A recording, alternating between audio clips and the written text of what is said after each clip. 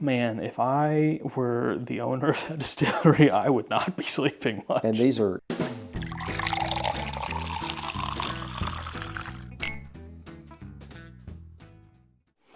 Welcome back to Bourbon Theory. I'm Bill. I'm Josh. And today, we've got A. Smith Bowman. Cask Strength 2024 special release. Yes. 134... 35.1. 135.19 years old. Yep. And it is a small batch. So this is only 1.1 proof away from... Actually, that's not true anymore. 1.9. That is not true anymore. Oh, no? Because at the Bourbon TikTok meetup, shout out all of you guys. I'm not going to say your names because I'm going to leave somebody out and I'm going to make them feel bad. I don't want to do that. But they had the Kings County light whiskey. One was like 145 and one was 146 something. So that's the highest proof thing I've ever had. Oh, I thought you were talking about hazmat level. Well, those were hazmat level. Well, anything 140 and above is hazmat. Yeah. So outside, this is 4.9 away from that. Yeah. As far as things that I have tried on the channel, 136.2 is the highest. Okay. So this is 1.1 away from being the highest thing I've had on the channel. Mm-hmm. So I am I'm a Bowman fanboy. Yeah. And have been for 15 years. Mm-hmm. And when I was... Been to the distillery a couple of times. Mm-hmm. As I was getting like much more into bourbon earlier this year than I have been in the previous years, one of the first bottles I bought was a Bowman Brothers small batch. And I was like, for a 90 proofer, for $35, like this is a fantastic value for the flavor that I'm getting on this thing. And then I brought it up here and I was like, Dad, you got to try this thing. Not knowing that he has like 14 John J. Bowman single barrels sitting on the shelf over here. He said, try this. And it was like, blackberry, blueberry, something like that. Just fantastic, beautiful, 100 proof, great bottle. So I am super excited to try this Cask Strength A. Smith Bowman. And this is another Sazerac owned company. Yep. Unless it's changed, the distilling is actually done in Frankfurt at Buffalo Trace, and then it's put in tanker trucks and it's sent over to Virginia, where they distill it again, and then they barrel it. And they don't have, their barrels don't lay, their barrels stand. They're on pallets, right? And then they're stacked. And they're stacked pretty high.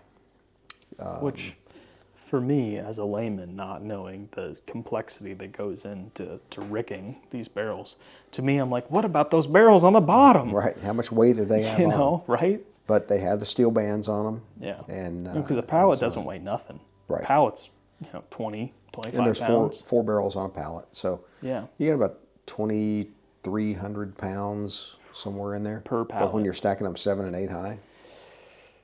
Man, if I were the owner of that distillery, I would not be sleeping much. And these are brick rick houses, old warehouses. School style, yeah. And they are, it's a lot like some of the videos like you've seen from Free Ranch. That's because they do theirs the same way. Mm-hmm. But these guys have been doing it longer. And it's interesting because I thought the same thing. When I saw them, like, man, that's a lot of pressure on those bottom. Dangerous. Because it just takes one barrel to fail. Right. One thing to fail. And Lord, you better pray if it does, it's not going to hit anything else. But if you're going 8, 9 high, and then they're stacked in rows and deep. Yeah.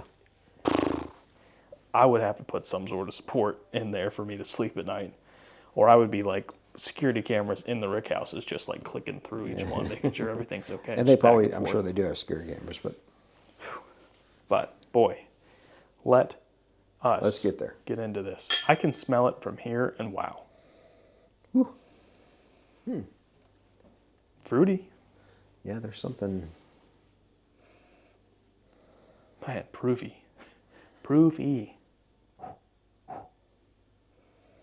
I'm not getting so much of that. Caramel, raspberry, blackberry. Raspberry, I can agree with there. I'm not sure about the blackberry. I'm getting like a really dark, sweet tone coming. Yeah, raspberry's more sour. Yeah. Well, I'm getting that as well. Well, depending on, I'm sorry, blackberry is generally more sour. So I'm getting like both like a light and dark fruitiness off of this. Yeah, I can agree with that. Like just a hint of caramel, almost like no spice on the nose. There's a honey or a there's a honey note. You know, tell me if I'm wrong. Is it like crisp, like a Granny Smith apple almost? Not necessarily. There's a little something there that is reminiscent of that. Yeah, that's the closest thing that I can come to. Let's see. You go in. You got first dibs. Beautiful nose. Not much spice on the nose. You got the proof on the nose. Sorry, you have the proof on the nose. My voice went away there. There's some spice there. That fruit is there. It's forward. I think it's a bit of a grape.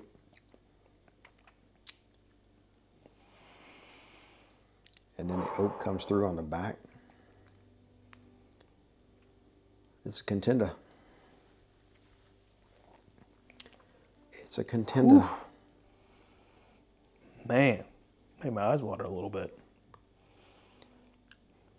I'd say it drinks close to the 135. Maybe 132. Yeah, I don't know if I could discern 3 points, but It's in that range. I was thinking just a little less. 120-ish. Yeah, high 120s. Somewhere. High 120s. Somewhere in that range.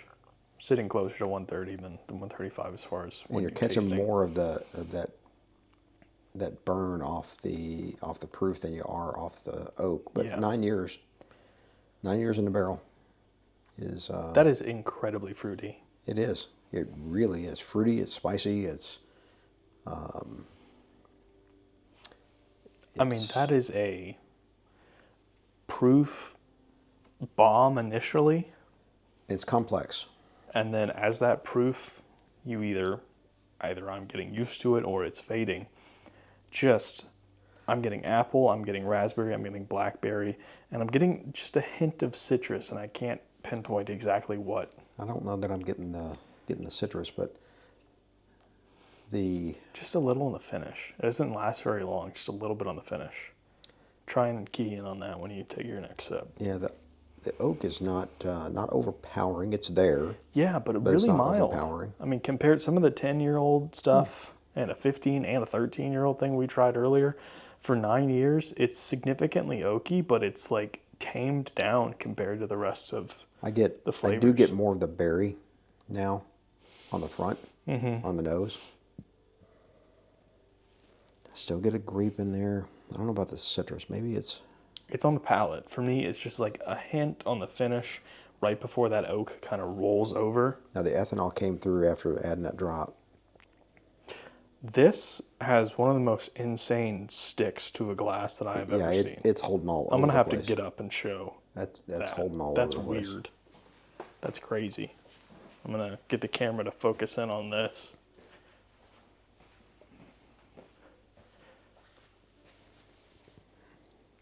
It's like sitting like a shelf of liquid right there.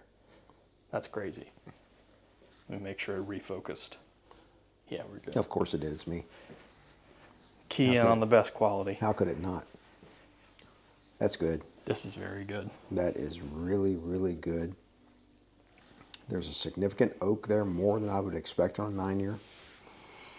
But I'd like to know what the mash bill is here, because I'd bet this is in the high 20s, low 30s on rye. I think there is some malted barley in there, because I just got a touch of a chocolate note. Yes. On the palate. I was just about to say that. So like right there on the edge of the mid palate. To the back, yes. Exactly. Yeah. Same spot. Yeah. Same spot. Right in the center. Right in the center. And it's holding there on its own. It's like it doesn't want to go away. That's like the whole thing doesn't want to go away. Yeah. That's like a pie. It doesn't have that butteriness that some of these other ports have had. You got like a graham cracker. I'm getting more like just a fresh, like a pie crust, you know, like an apple pie crust. Well, which would be a graham cracker crust? More like the top. Okay, gotcha. Like the doughy part that bakes. Okay. Man, this is really good. It is very good. And to our buddies in Virginia, you guys who are up there. That's right. You guys are close. You're actually very close to this I area. hope you can find one. I bet they have them. I really hope you This can was get a your hands distillery on one. release just 2-3 months ago, if that. And then just hit the national market Yeah. the last few weeks here. And this is the only bottle that I saw across, I'd have to go back and look, I think across like 45 stores I was in a 4-day period, plus spent time with family and Yeah, did some projects. And that's crazy. so, And it is sitting like a shelf on my glass. on your glass. That is insane. And you know what? It's kind of doing the same on mine. Yeah. You can see It's here, crazy thick. it's sporadic like a buckshot. So honest, like I don't know that I've had a bourbon that has given me like an oily like mouthfeel as far as texture goes. This is, because it has left a layer on my mid and finish that are just lovely. This. All right, you ready? I'm ready. You want to go first this time? Or you want me to? I'll go first because I You think want me to write it down? I think yeah. I'll put it down Let's first. write it down real quick. And while we write, everybody, hit that subscribe button. Leave us a comment. Have you had an ACS Bowman Cask Strength, whether it's this year's or not? Man, it is. Let's do a private reveal and then we'll say them out loud. Straight A. Get out of my head. Get out of my head. Straight A. Yeah, flat A. That's really good. That is very, very good. Really, really good. This is the last bottle we are trying to, get in before we do our top 5 bourbons. It has just gotten complicated. The last 3 that we have done has really complicated our race because now Yes. we've probably got like 11 bottles, 12 bottles to choose from. We're going to have to narrow it down. Yeah, we are. Yeah, we really are. It's going to get tight. It's going to get tight. So this video is probably going to be out after that. So you guys probably already know what our top bourbon of the year is. And if I have any say in it, we're going to blind it. You do have But- say in it. Yeah, we're going to blind it, but Your say may be wrong, but you do have say in it. we're going to blind it. Yeah, we are going to blind And I am certain that I can pick out this in particular bourbon that I'll just say it's going to be Russell's 15. If it's not Russell's 15, slap me 7 ways till Sunday because I will be it. I'm incredibly going to be surprised. Yeah. And I feel like I could pick Russell's 15 out of a lineup any day of the week. It is a very complex bourbon, but also the last 3 we've had, Are also very complex very bourbons. complex bourbons.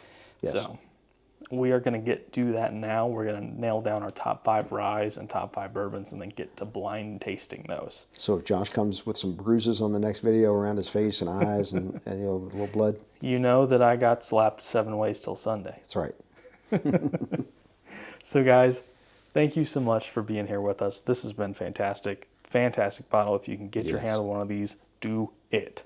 We definitely got to we got a couple of older A. Smiths over there Gotta that are crack high those things rye. open. And I'm pretty positive I got 3 of those, and I drank one of them and Yeah, held on to you the got other 2 2. over there. Yeah. Yeah. So very good. Very, and very good. like great bourbon, our videos are getting better with time. And as always, take care of yourselves.